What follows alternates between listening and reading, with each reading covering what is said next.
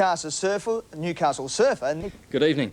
A century partnership between Mark Waugh and Simon O'Donnell has helped Australia reach a respectable total in their day-night match against England at the SCG. At one stage 5 for 93, the Australians recovered to be 7 for 221 after 50 overs.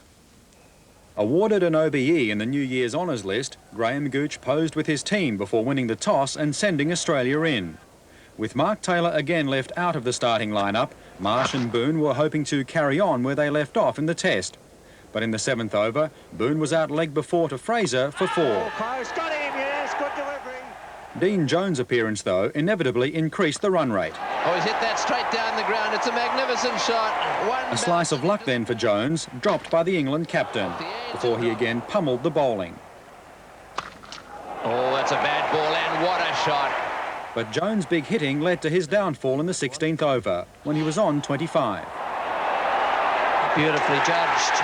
Flashed and small. Tufnell struck again 2 overs later, trapping Marsh for 29. Good shot there, he's out. Border was out cheaply, bringing the Waugh brothers to the crease. Twins they may be, but on this occasion their understanding should have led to Steve's dismissal. Oh, there's a mix-up. Oh, my goodness gracious me. You would not believe that that was possible. His luck ran out, though, on 3. Tufnell extracting not spin, but revenge. Caught behind, yes, definitely. Australia 5 for 93 after 24 overs, but then the recovery. Simon O'Donnell did what he knows best, with a 6 into the first level of the Bill O'Reilly stand. That's 6, it's a big one. Oh, it's a huge 6. But for once, O'Donnell was outscored. Mark Waugh bringing up his first 50 in one-day internationals. That's some really good innings from Mark Waugh. O'Donnell's half-century followed, and their century partnership. Mark Waugh was finally out for 62, but some more big hitting by O'Donnell gave the Australians a reasonable target to defend. And in reply, England a short time ago had made a good start, 31 without loss after 8 overs. Australia's Mark Woodford has started the new year off on a winning. The $350,000 Perth Cup has been won by the outsider Zamlite, with last year's winner Word of Honour second. Victorian Ideal Sentiment was third in a photo finish. Looking for a clear run near the inside. Then Angel Island followed by Correa led Zamlite. Madam Bahal and Beggar Rose around the corner. 250 to go. Ideal Sentiment joined by Word of Honour. Mounting on the outside from the Hippogriff. Down to the 100. Word of Honour and Ideal Sentiment fighted out from Mounty. Zamlite the outside and Madam Bahal. Zamlite takes the lead. 50 to go and Zamlite has won the cup from maybe Word of Honour. Close for third. Ideal Sentiment in the fast finishing. And it was the 6-year-old Zamazan gelding that got there at 25 to 1, paying big odds on the Victorian tote from Word of Honour, and Ideal Sentiment with Harry White up running 2 to 1 favourite third. Track specialist Grandiose won his second Standish handicap in race record time as he posted his 7th win at Flemington today.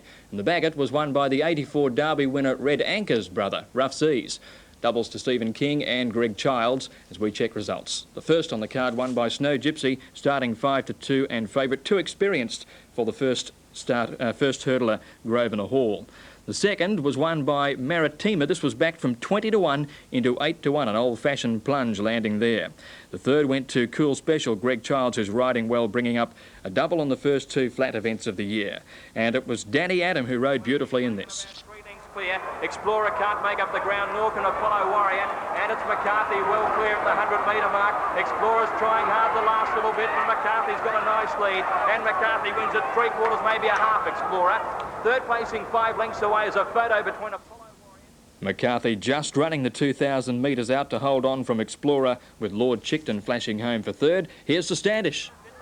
200, then Diamond Zephyr and Zephyr Elko Bay. It's Grandiose in front of the 100-metre mark. He's broken clear and the straight 6 specials will win it. Grandiose is going into score by 2 lengths. Diamond Zephyr. Grey Man grabbed third on the outside. He's won 7 races, Grandiose, and they've all been up the straight at Flemington. In the next it was Shadows of Love, which broke its maiden status. Solder, Vintage Dance on the outside, and Shadows of Love in front of the 100 from Ty Solder and Vintage Dance. Shadows of Love is clear, and Shadows of Love will win it by 2 1/4 lengths. Vintage Dance ahead, Ty Solder third.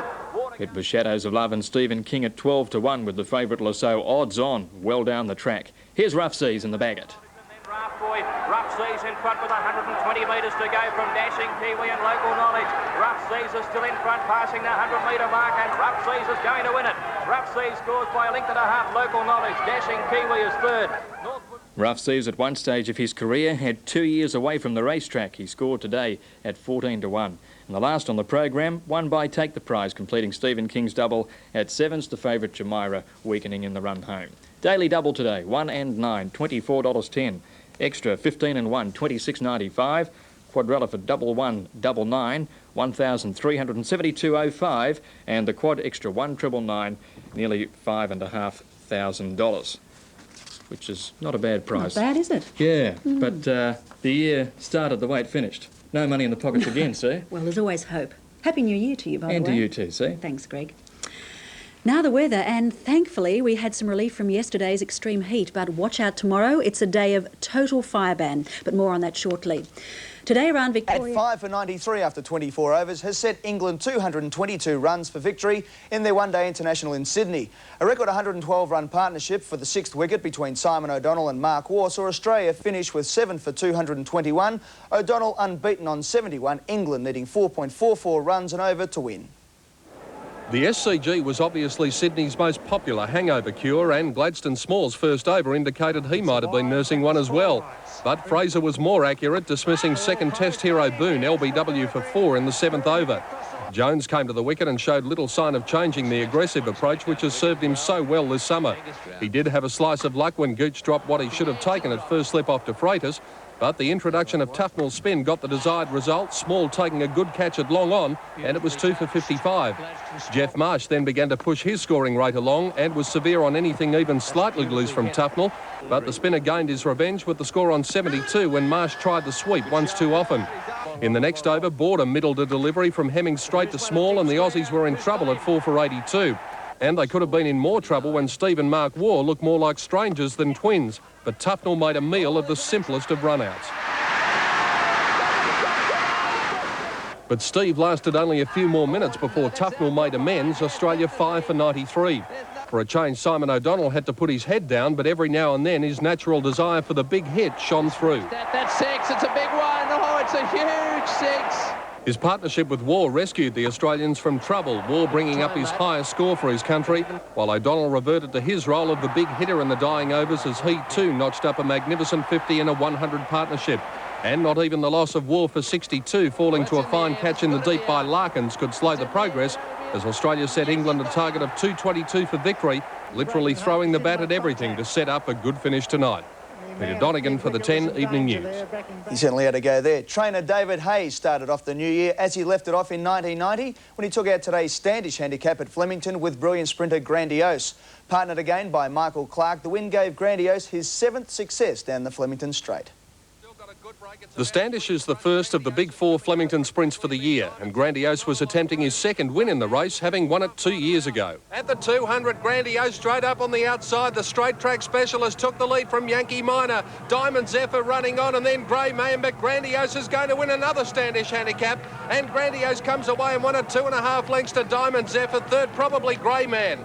The other feature race was the Bagot Handicap, in which the Lee Freedman trained Northwood Blue was favourite. Northwood Blue finally getting out when it's all over, but Rough Seas is holding on from Local Knowledge near the line, and Rough Seas wins the Bagot.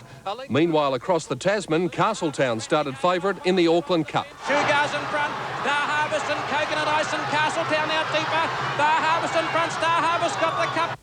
Court temperatures of up to 50 degrees triggered a walk-off by fiery Austrian tennis player.